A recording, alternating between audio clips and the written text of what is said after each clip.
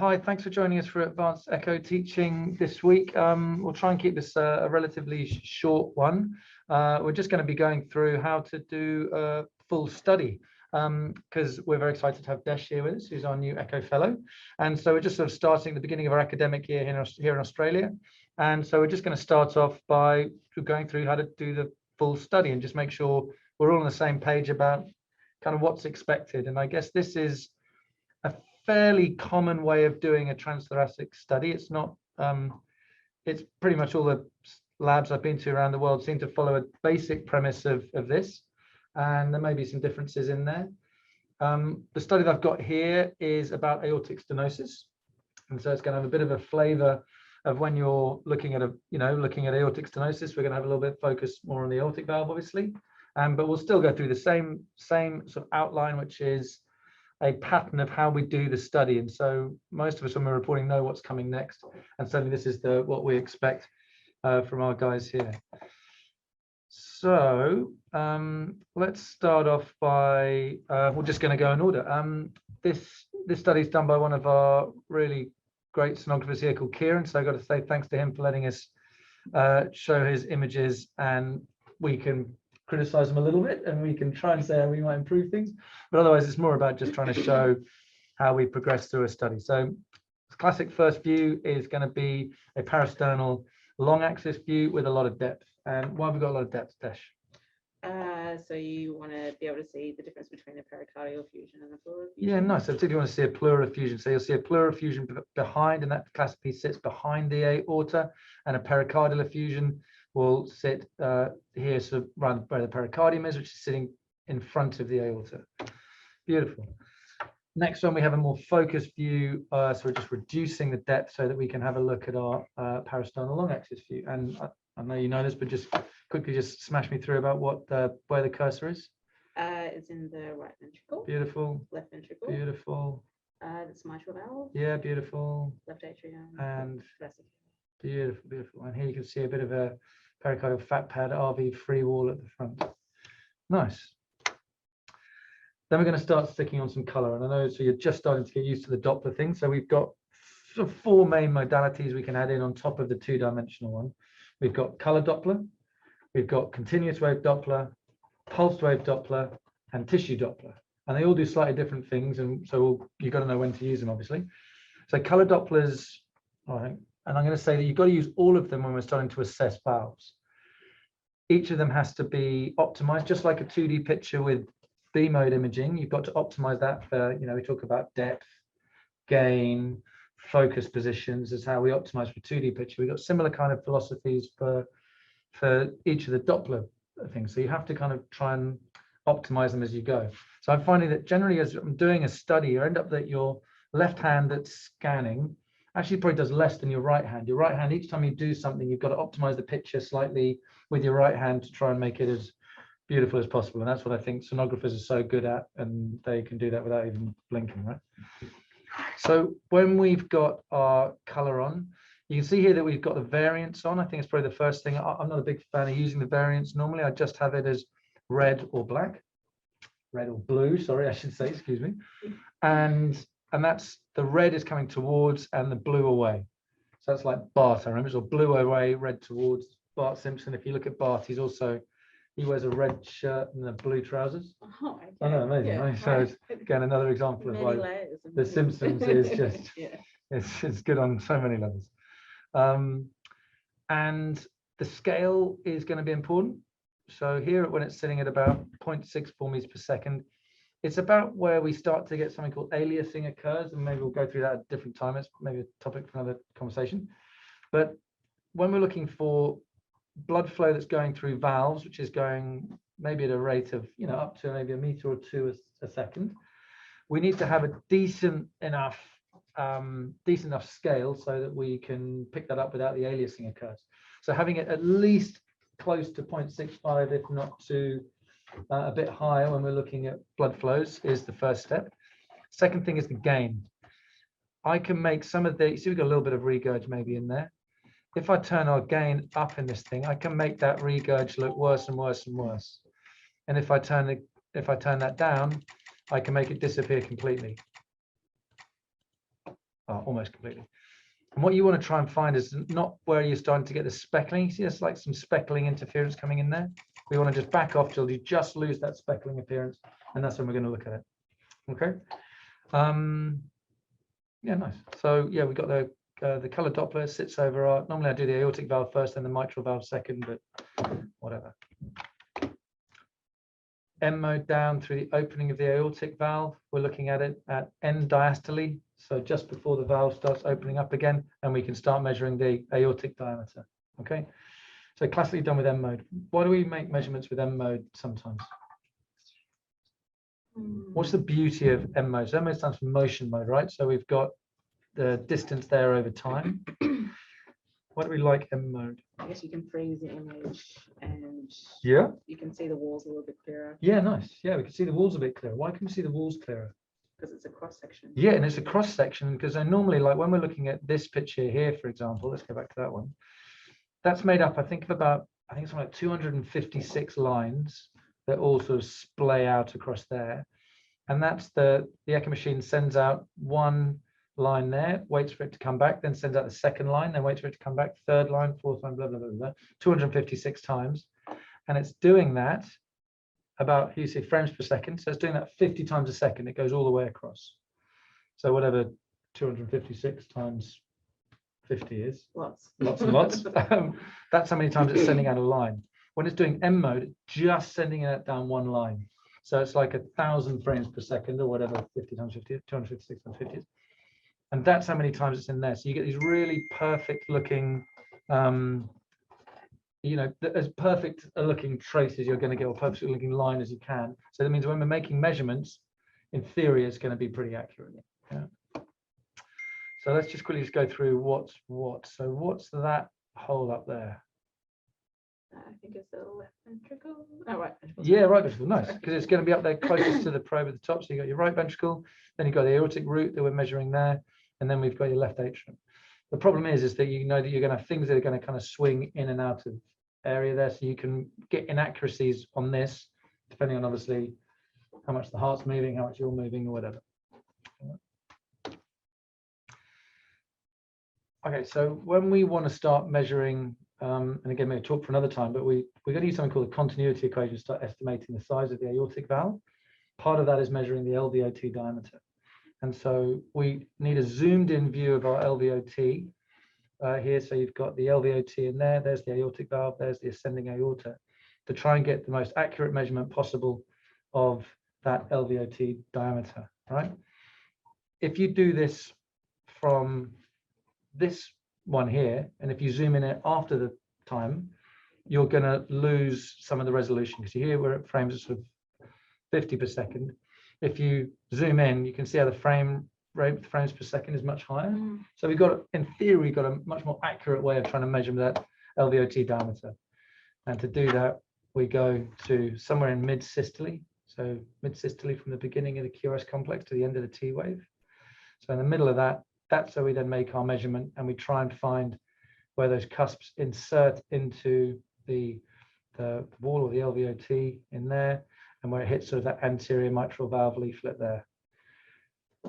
All I can say is that, you know, it always looks so easy when you get sonography doing it, and sometimes I kind of, you know, you're always like somewhere around there. Yeah. And I think that one of the things I'm going to look at is, do you know what normal values are for your Lvot diameter?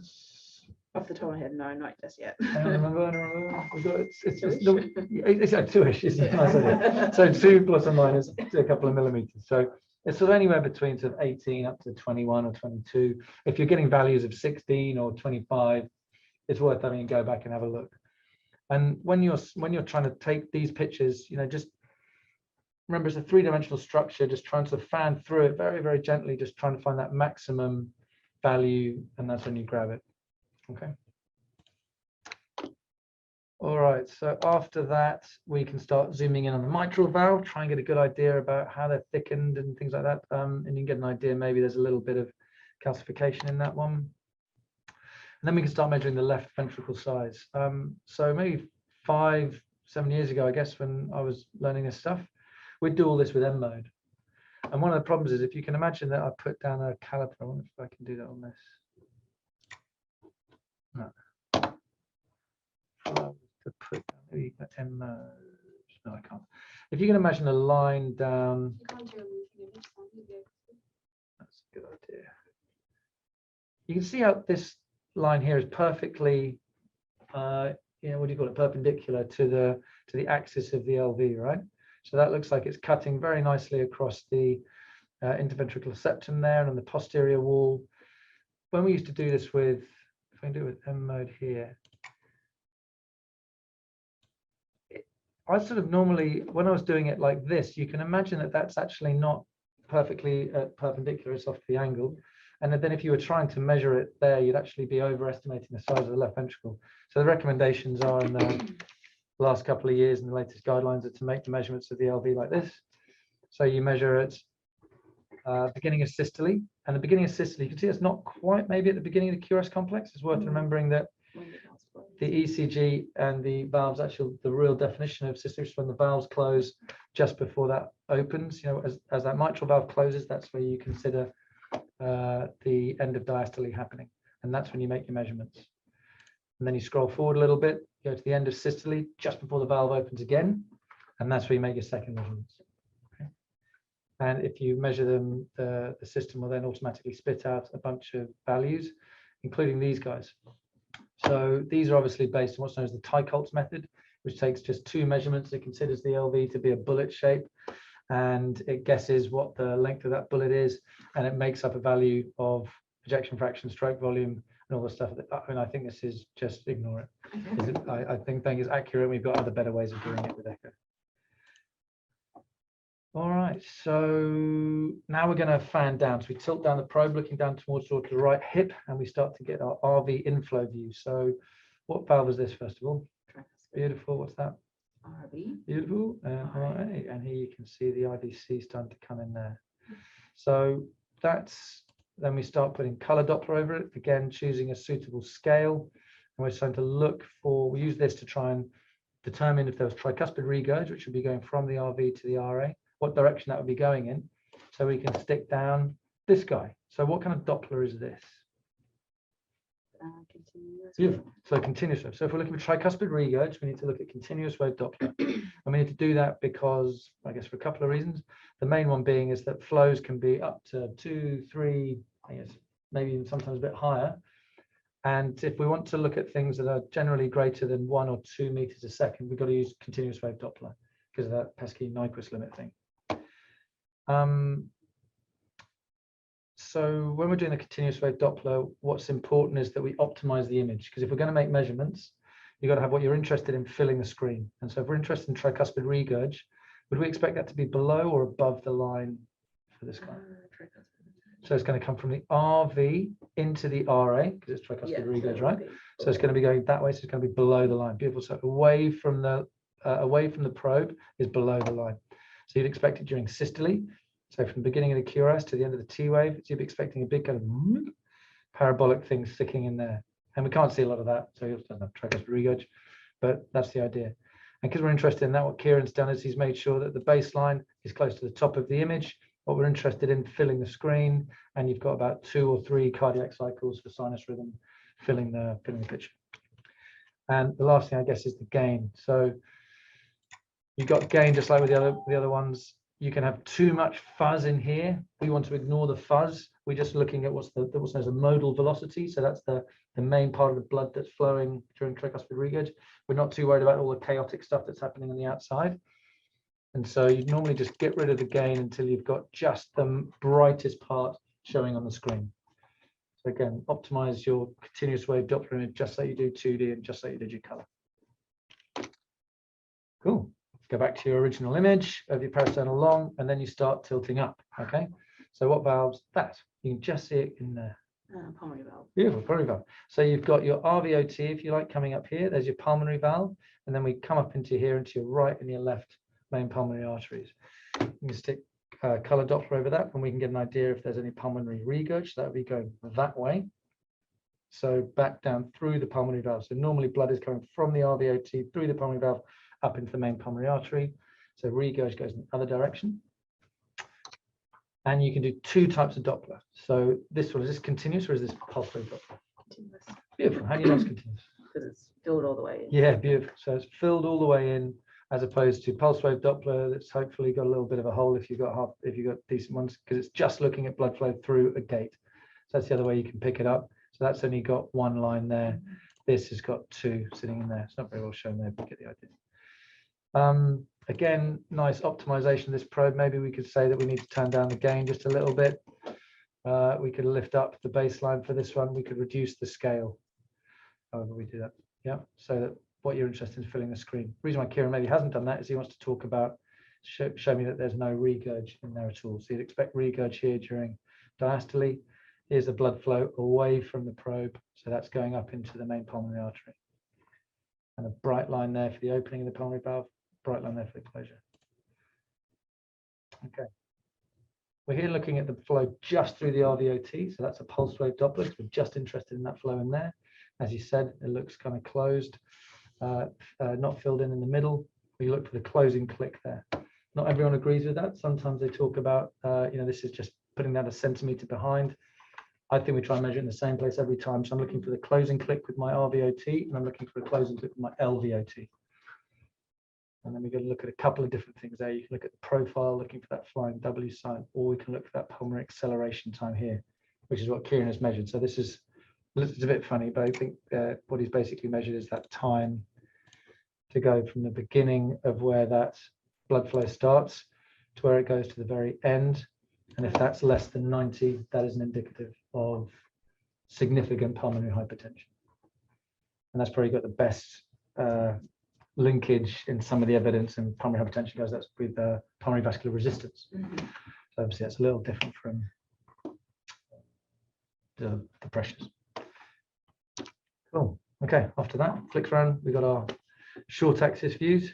So here we're starting at the basal level. You can see the mitral valve opening, the anterior and the posterior mitral valve leaf, anterior being a bit bigger. It's like that baby blowing a kiss or a fish breathing, whatever. Floats your bone. Got base, we've got mid, where we've got our anterolateral and posteromedial papillary muscles. And then you go apex, where you can't see the papillary muscles anymore. We're trying to make it look like a donut, not like an oval, because if you're like an oval, you're off axis. Beautiful. And just take me through the names of all different segments. So what's that segment? Anterior. Very nice. The opposite's going to be posterior. Or inferior. Inferior. And then this one here. So you got two ones in the septum. So Anterior. Beautiful. Anterior and inferior. So anteroseptal and infroseptal. And on the lateral walls, we have anterior, anterolateral, and posterolateral. Sometimes people call that the posterior one, but I think anterior. It's nice to keep it as anteroseptal, anterolateral, infroseptal, infralateral, anterior and inferior. And we've got 6 at the basal level. So you've got those same 6 there. You've got 6 at that level there, mid-papillary. And then you've got 4 at the top, just anterior, inferior, septal, and lateral. So that's how you get that 16 segment model. Yeah. And so when we're looking at regional wall motion abnormalities, we want to look in every single area possible, and the short axis one's a pretty good one for starting to try and look at regional wall. But if you see anything, if you think there's a regional wall motion abnormality somewhere, you've got to go and check it out in the other views. And the other views would be, if you're looking at the anterior and inferior, that would be a 2-chamber. If we're looking at our anterolateral and infraseptal, that would be our 4-chamber. And if we're looking at our anteroseptal and infralateral, that would be our parasternal long axis or our 3-chamber. Yeah. And the way I think about that is, if you imagine if you're in your apical view, your 2 chambers, the anterior and inferior. We got there because we rotated anti-clockwise from our apical 4. So that's our apical 4. So that's the anterolateral and infraseptal, 2-chamber, 3-chamber, which is the same as your parasternal long, and that's your anteroseptal and infralateral.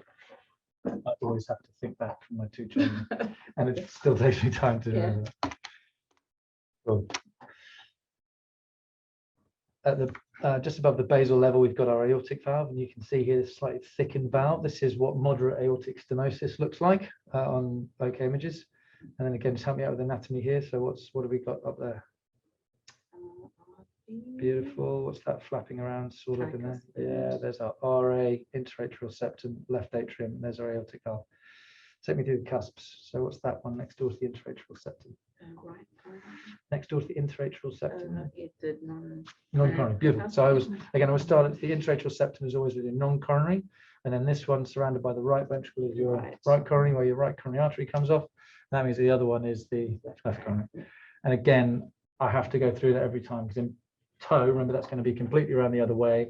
I've always got to start at my interatrial septum. Remember that's the non-coronary, and then the right one's on the right and the left is on the other side. We will ask you that in the exam if there's something like that. Okay. There are certain things we're always going to ask you. We're always going to ask you about the walls. Yeah. At some stage in the exam, and we're always going to ask you if there's an aortic valve and know what the cusps are. Yeah. Just a nice way to get things started. Yeah.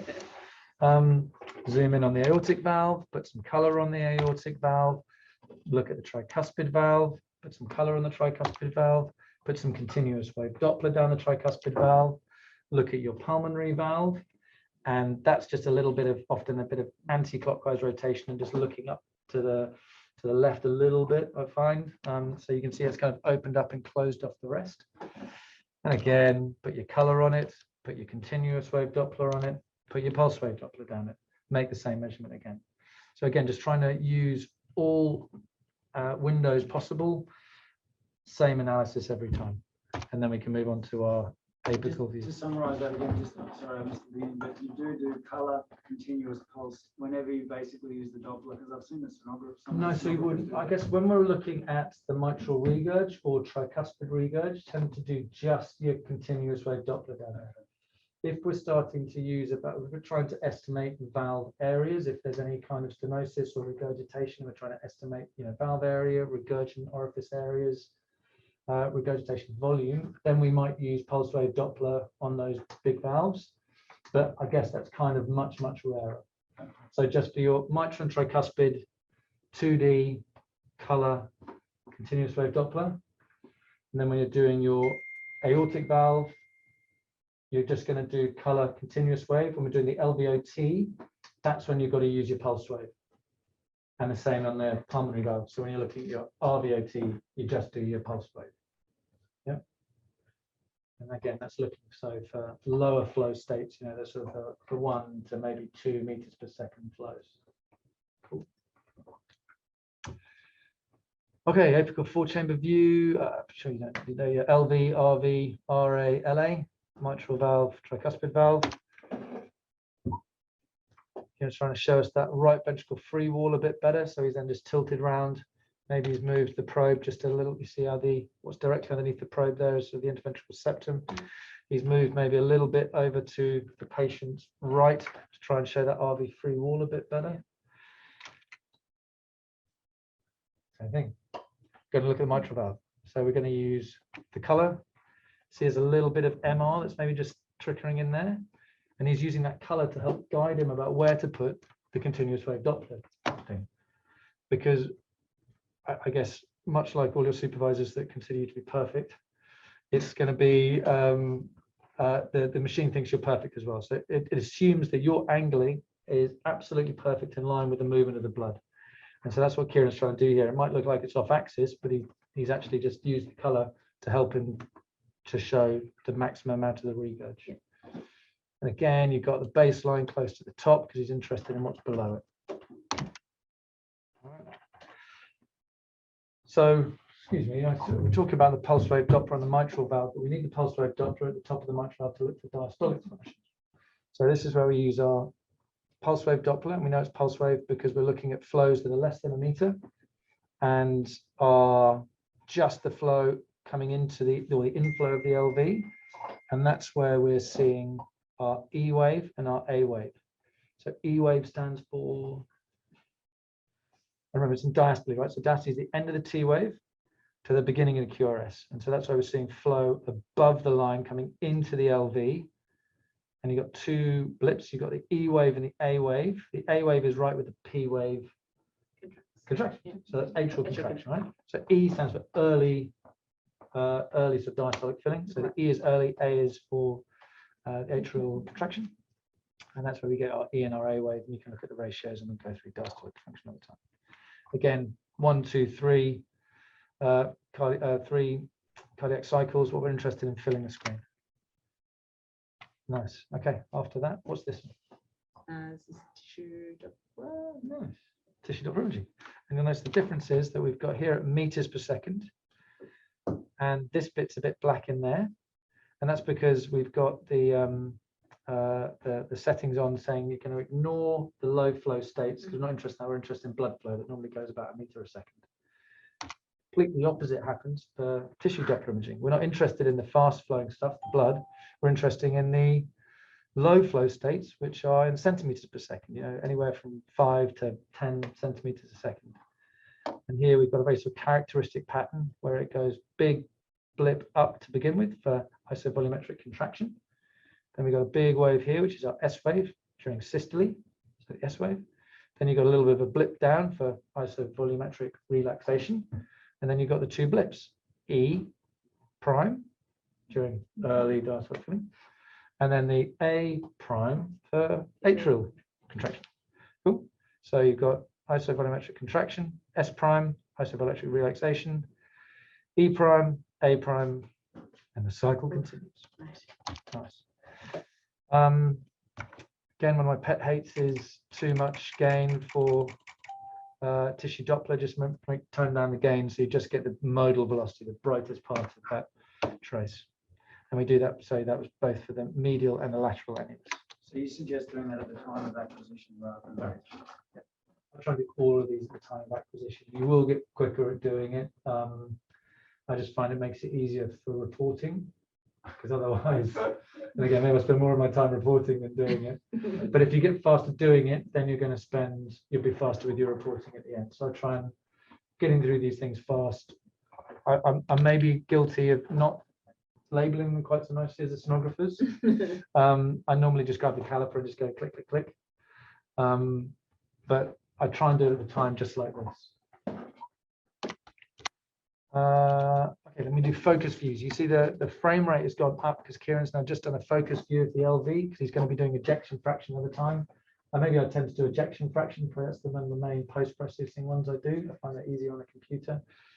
But I'll be honest, most of the time I'm probably just eyeballing it because I think ejection fraction can be a bit of a funny old measurement sometimes. And again, maybe topic for another time. But yes, we've reduced his depth, trying to focus in on that LV so we can make a good measurement. Has another crack at it. And then we're going to start move around to look at the aortic valve. Okay. So again, color over the aortic valve, see if you've got any regurgitation.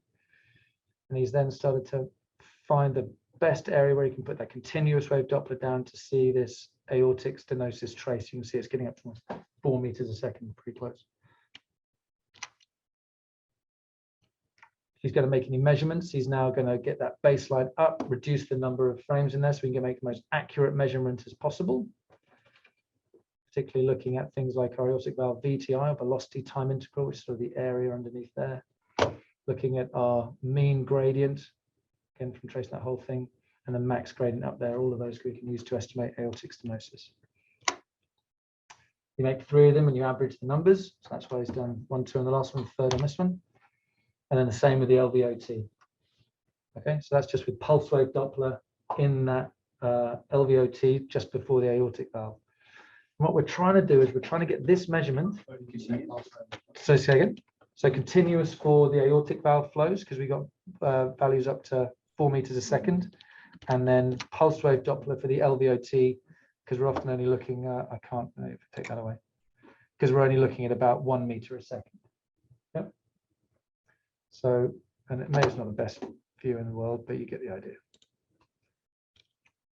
So yeah, continuous wave for the aortic valve flow, pulse wave for your LVOT flow, and we want to make this measurement here in exactly the same place as we estimated the size of the diameter of the LVOT in that parasternal long. Yeah.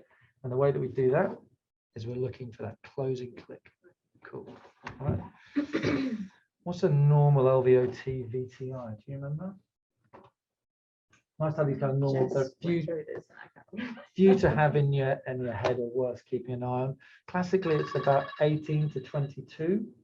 18 to 22 centimeters. So this is a little high, which will make me want to maybe make that measurement again, because any measurements that we get out are going to have a significant effect on what we think the valve area is. And we'll talk about that a bit more. Is he significantly stenotic, or it end up throwing his out as well?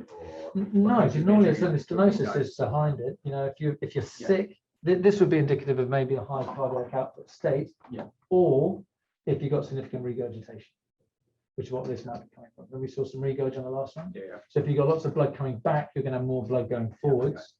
Or if you're in a hyperdynamic state with a high heart rate, not seeing that here, or a fluid overloaded state, or badly dialyzed or something, then maybe that would be where you'd see it. Septic. Subvalvular stenosis. Subvalvular stenosis, pretty rare diagnosis, but absolutely subvalvular stenosis, Mm. things like that. Or dynamic. Can you get it with dynamic? It's going to have a different kind of profile, but absolutely, if you've got any kind of systolic anterior motion of that anterior mitral valve leaflet or interventricular obstruction, that's going to throw all this off. And that's one of the things you've got to look at with those 2D images beforehand. And I talk about seeing the whole heart. Yeah. So if you're going to make an estimate, you've got to be looking for all of those things that were just mentioned before you start trusting these measurements. Sort of running out of time a little bit, aren't I? And you see Kieran's making another couple of measurements, making sure he's got the right values that are in there. Then after we finish off looking at the left side, we'll look at the right side. So a couple of ways we can estimate the function of the heart. First is TAPSE. What's that stand for? Is transannular. Almost. T is for the tricuspid, annular, plane, systolic excursion. Beautiful. So tricuspid, annular, plane, systolic excursion. And normal is 220. greater than 16. Okay. It's greater than 16 millimeters. All right. And you're just looking for this again. It's been a bit tricky as right side here, but you're looking for the first sort of continuous one that you can see in there. Often there's some trabeculations or whatever can sort of flick in and out, and you're just looking for the first continuous one that you can see, the line that you can see. Next one, tissue Doppler, and you got this little value up here that we're going to look for, which is our S prime or SM. They can also call it systolic motion. What kind of Doppler is this? For instance, tissue Doppler. Good. So let's just run through it. So what's that little blip there is systolic. So what's that one there? Yeah. So it's, and that's going to be the first one. So what's the name of the first one? It's early. So it's E prime. Beautiful. So it's the E prime and the S is systolic. Again, we're in diastolic. So you have E and A prime. So the E prime and the A prime and the SM or S prime. We can also just eyeball the function, and then you can also then do fractional area change and look how the area changes over systole to diastole, and then you do funky things like speckle tracking. What's that artifact there? Yeah, this one I've here. seen that a few times. Yeah, so you can often start getting things like near field artifacts. You can get side lobe artifacts, which is probably what this one might be. And if you're seeing artifacts, we'll have a whole talk done by Robert Jens. I hope will come along. He's fantastic talking about all of these. And it's important just to notice what's artifact and what isn't. And we can get rid of those by doing things like looking at things from different views, changing depth, using color, using contrast, and all that kind of stuff. Beautiful. Tricuspid valve, same thing. Continuous wave Doppler comes after color Doppler. Nice. Start measuring up your atria. You'll notice the way we're measuring it. So we're measuring it end systole. So just when that valve before it opens up to come through, that's going to be the end systole for the end diastole for the atria, right? So it's the end systole for the ventricle is the end diastole for the atria. So measure it there. Same with the left atrium, and then you can then measure it again at another time to start trying to figure out what it changes. 4-chamber, 2-chamber, zoomed in for ejection fraction.